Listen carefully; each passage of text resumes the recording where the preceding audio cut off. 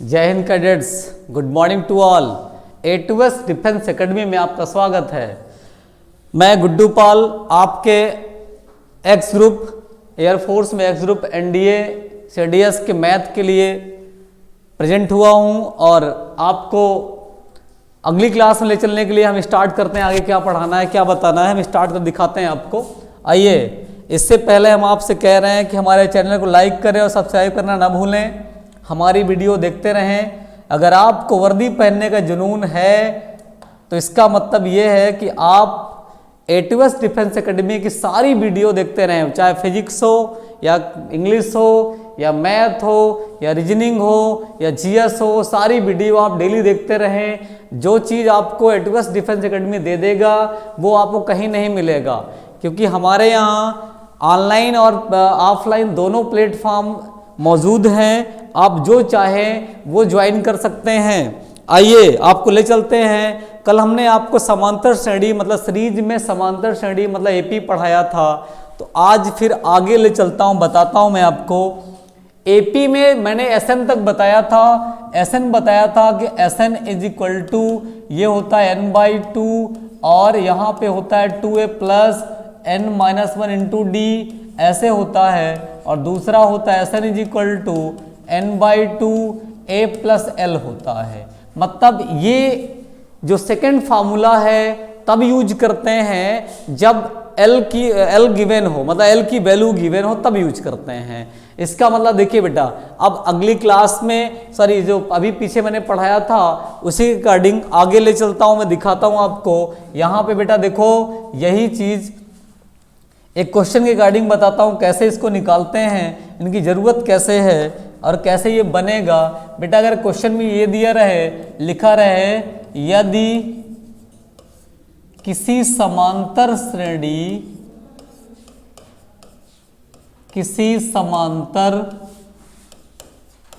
श्रेणी में बेटा लिखा है, किसी समांतर श्रेणी में अगर लिखा है, श्रेणी में nवां पद या Tn बराबर लिखा है आपका 3n+2 लिखा है, और फिर कहता है तब आप योगफल ज्ञात कीजिए। तब आप क्या ज्ञात कीजिए? n पदों का योग होगा, मतलब ये क्वेश्चन मार्क है। तो बेटा इसके लिए आपको बताना है, AP में SN का फॉर्मूला तो आप जानते ही हो, तो मैं आपको ट्रिक बताता हूँ यहाँ कैसे करना है। देखिए आप यहाँ पे इसकी वैल्यू के लिए SN is equal to formula आपको पता है n/2 और 2a plus n-1 into D होता है बेटा, ये होता है। तो इसका मतलब ये है, इसके लिए आपको हम ट्रिक बता दें। आप जो है बेटा देखो, यहाँ पे जो पहली वैल्यू है ये आपकी D होगी। क्या होगी? D मतलब D कितना होगा आपका? 3 हो जाएगा। और 3 और 2 को ऐड कर दोगे, अगर 3 और 2 को ऐड करते हो, इस 3 और 2 को ऐड करते हैं आप तो A बनता है। तो A इज इक्वल टू 3 2 कितना होगा बेटा? 5 हो जाएगा। मतलब A और D की जो वैल्यू आ गई है यहाँ पे पुट कर दो। तो यहाँ जब पुट करोगे आप देखो बेटा, n/2 रहेगा 2 इंटू A की वैल्यू क्या है आपकी? 5 है, n-1 इंटू D की वैल्यू क्या है बेटा? 3 है। तब n/2 यहाँ पे देखो 2 पंचे 10 प्लस 3n-3। बेटा देखो 10 में से 3 घटाओगे तो क्या आएगा? 10 में 3 घटाने पर ये आता है n/2, यहाँ पे आएगा बेटा 3n और प्लस कितना होगा? 7 होगा, मतलब इसको माइनस करोगे 7 आएगा। मतलब SN इज इक्वल टू ये बनेगा। तो बेटा अगर ऐसा क्वेश्चन कभी आता है तो बहुत बड़े फॉर्म में मत ले जाना।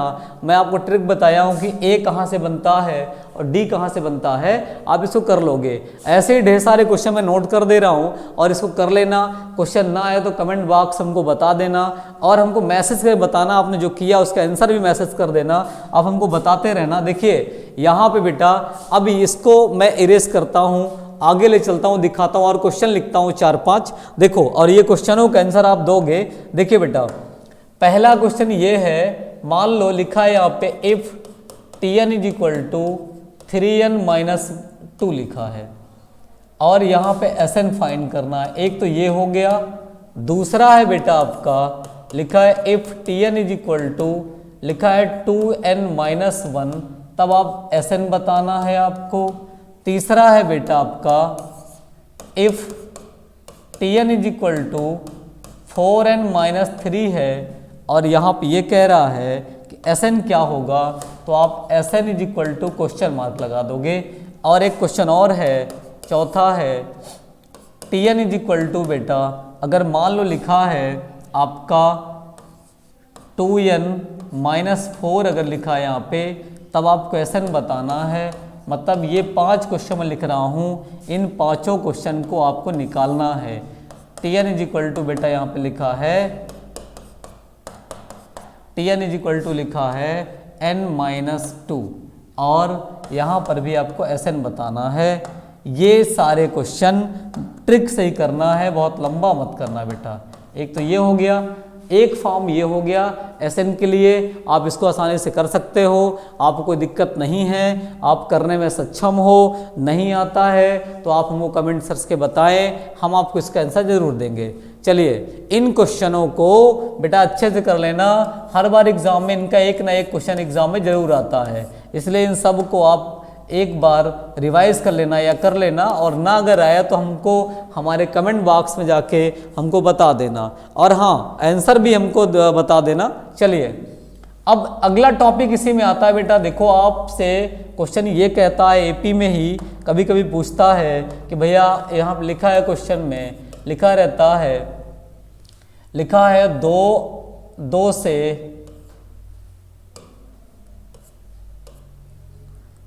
यहाँ पे क्वेश्चन लिखा है बेटा, यहाँ पे क्वेश्चन लिखा है 1 से 100 तक की सभी 1 से 100 तक की कितनी संख्या विषम होंगी, कितनी संख्या विषम होंगी। देखो आप कैसे करोगे इसको, विषम होंगी इसके लिए ट्रिक बताऊंगा मैं, आप इस ट्रिक से ढेर सारे क्वेश्चन कर सकते हो बेटा।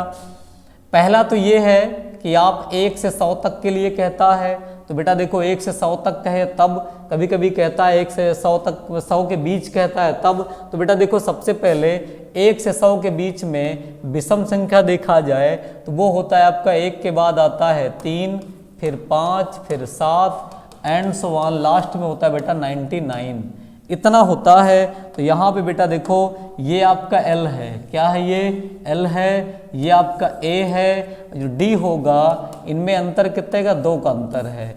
अब आपको n बताना है कितनी संख्या, तो फार्मूला लगाओगे n is equal to L minus A upon D plus 1, मतलब यहाँ रख दोगे, जब यहाँ रखोगे L की वैल्यू है 99, A आपका है कितना बेटा 1 अपॉन D की वैल्यू 2 है प्लस 1। अब बेटा 99 में से 1 माइनस करोगे 98 आएगा, और 98 अपॉन 2 प्लस 1, 2 से कट कर दो बेटा, 49 प्लस 1 मतलब कितना होगा 50 होगा। मतलब आपकी जो 1 से 100 तक में 50 संख्याएं सम होंगी, तो 50 ही संख्याएं क्या होंगी, विषम होंगी। मेरा मतलब ये है बेटा कि अगर आप इस ट्रिक से अगर करते जाओगे तो आपको प्रॉब्लम नहीं आएगी, इनकेस कभी आती है तो हमको बताना। तो मेरा मतलब ये है जो मैं आपको दिखा रहा हूँ, बता रहा हूँ, ये सब आपके लिए ट्रिक का यही काम करेगा, ट्रिक का वर्क करेगा, आप देख लेना। फिर आगे चलता हूँ, आगे दिखाता हूँ आपको।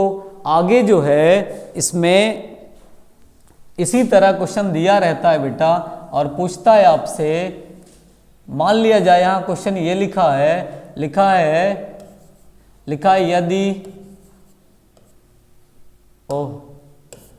आपको यहाँ लिखना है 200 से 300 के बीच, 200 से 300 के बीच कितनी संख्या सम है। तो बेटा देखो यहाँ पे अब आपसे क्या कर रहा है, 200 से 300 के बीच कहता है, मतलब 200 और 300 नहीं होना चाहिए, उसके बीच में जो आता है उनको बताना है। तो इसका मतलब ये है बेटा, आप सबसे पहले 200 और 300 के बीच में नंबर लिखोगे, तो 200 और 300 के बीच में सम लिखना है। तो 200 और 300 के अंदर जो है आप जब लिखोगे तो पहला 200 में तो आता है बेटा आपका 202, फिर आता है 204 एंड सो ऑन, यहाँ आता है 298। देखो बेटा, तो इसका मतलब ये यहाँ पे देखा जाए तो ये आपका क्या है, प्रथम पद है, मतलब ये ए है। और इसमें अंतर जो आता है डी की वैल्यू कितने का अंतर बेटा, 2 का अंतर है।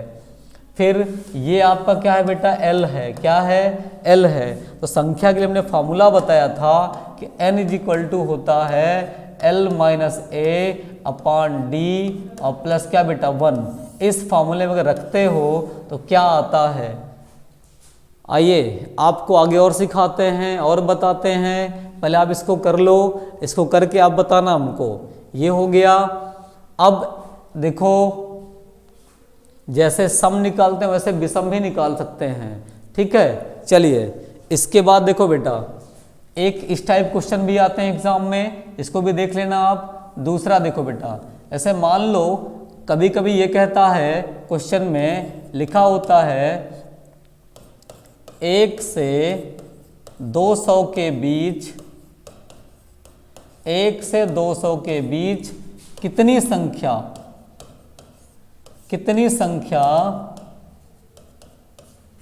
7 से विभाजित हैं या 7 से विभाज्य हैं, 7 से विभाज्य हैं।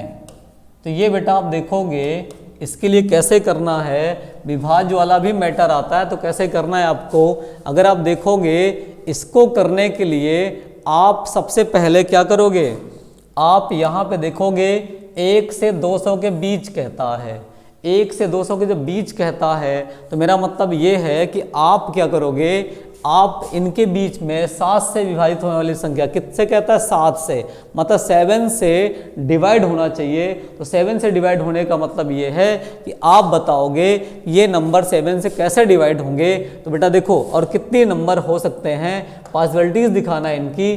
देखो तो बेटा पहले देखो 1 से 200 के बीच पहले 7 आता है, 7 के बाद आप देखोगे 7 दूना 14 होगा, फिर 21 होगा, फिर एंड सो ऑन। बेटा लास्ट में 100, लास्ट में देखा जाए तो अगर बेटा लास्ट में 198, अगर 198 तो होगा नहीं तो 197 जरूर होगा बेटा, 197 नहीं 196 ये नंबर है आपके। तो बेटा देखो अब यहाँ पे आप देखोगे कि ये ए है, क्या है, ये ए है, और इसमें कितने का अंतर है, 7 का। डी इज इक्वल टू 7 लिख देंगे। और ये क्या है बेटा, एल है, क्या है, ये एल है। जब एल है तो संख्या के लिए जो फार्मूला हमने आपको बताया था एन इज इक्वल टू, बताया था ना बेटा, संख्या यहाँ पे लिखोगे आप क्या, एल माइनस ए अपॉन डी प्लस 1, मतलब इसका यूज कर दोगे तो इसमें संख्या पता कर सकते हो आप, कोई दिक्कत नहीं है, ठीक। देखो यहाँ पे मेरा मतलब ये है कि जितना भी हो सके उतना अगर आप करना चाहोगे तो हो जाएगा, कोई दिक्कत नहीं है। बस ये कि आपको प्रैक्टिस करना पड़ेगा। और देखो हमारे इन ट्रिकों को याद रखना, इस ट्रिक से बेटा बड़े से बड़े क्वेश्चन को आसानी से सॉल्व कर पाओगे, ठीक है। देखो अब आगे अगले क्वेश्चन ले चलता हूँ, दिखाता हूँ आपको। हालांकि इसको आप सॉल्व कर लोगे, नहीं कर पाओ तो मैं खुद से एक बात बता देता हूँ। देखो अगर यहाँ पे बेटा एल किलो रखो 196 माइनस कितना है 7 है, डी भी कितना है बेटा 7 है। तो अगर 7 से इसको काटो तो ये तो 7 से कटे कितना आएगा बेटा, 7 से कट करोगे अगर इसको तो 7 2 जा कितना होगा बेटा 14, फिर 5 बचेगा, फिर 7 8 56 और 7 1 7 और प्लस 1 पहले से बेटा यहाँ पे प्लस 1 ये लिखा है तो ये आ गया प्लस 1। तो मतलब 28 से घटाओ बेटा 27 या 1 से 1 कैंसिल कर दो, आएगा कितना आपका 28 ही नंबर आएंगे आपके, ठीक है। चलिए अब आगे ले चलते हैं, आपको दिखाते हैं आगे क्या है। देखिए आगे का जो प्लान है बेटा, इसी में अब आपको इनके बीच संख्याएं निकालना बताते हैं। देखो मान लो क्वेश्चन ये लिखा है, यहाँ पे लिखा है क्वेश्चन में 3 और 27 के बीच 3 और 27 के बीच 5 समांतर या 4 समांतर माध्य हो, 4 समांतर माध्य हो, तब